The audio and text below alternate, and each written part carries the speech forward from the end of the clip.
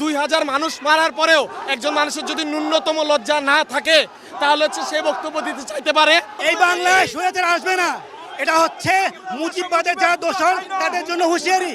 আমরা সকলে গোপালগঞ্জের উদ্দেশ্যে রওনা দিব এবং মুজিব মুক্ত বাংলাদেশ চাই, মুজিব মুক্ত বাংলাদেশ চাই।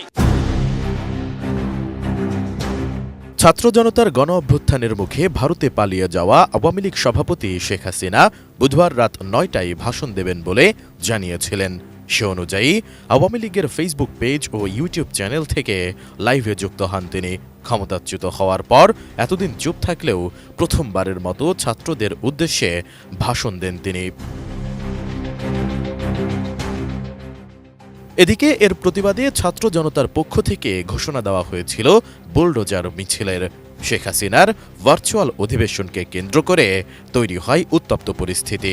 ভাষণ দেওয়া হলে রাজধানীর ধানমন্ডি ৩২ নম্বরে অবস্থিত বঙ্গবন্ধু শেখ মুজিবুর রহমানের স্মৃতি বিজড়িত বাড়ি গুড়িয়ে দেওয়ার হুঁশিয়ারিও দিয়েছিলেন অনেকে। যে বিশ্বাসগুলোকে আমরা মিউচুয়াল ট্রাস্ট ব্যাংক পিএলসি বিশ্বাস করি প্রবলভাবে, একে অপরের বিশ্বাস হয়ে। Mutual trust bank, you can bank on us. ঘোষণা অনুযায়ী বুধবার রাত 8টায় কর্মসূচি থাকলেও সন্ধ্যার পর থেকে সেখানে জড়ো হতে থাকে ছাত্র জনতা। সেখানে জড়ো হয়ে তারা বিভিন্ন স্লোগান দিতে থাকে। এক পর্যায়ে রাত 8টার কিছু আগে ধানমন্ডি ৩২ নম্বরের ওই বাড়িতে ঢুকে পড়ে ছাত্র জনতা। চালানো হয় ভাঙচুর। প্রবেশমুখে স্থাপিত শেখ মুজিবুর রহমানের মোড়ালেও ভাঙচুর চালানো হয়। যদিও গত 5 আগস্ট এক দফা ৩২ নম্বরের এই বাড়িতে আগুন দেওয়া হয়েছিল। বিক্ষুব্ধ ছাত্র জনতা বলেন, যারা ছাত্র হত্যার সঙ্গে জড়িত ছিল সেসব ফ্যাসিবাদীদের কোনো চিহ্ন বাংলাদেশের মাটিতে রাখতে চায় না। অবিলম্বে শেখ হাসিনাকে দেশে ফেরত এনে তার শাস্তির ব্যবস্থা করতে হবে।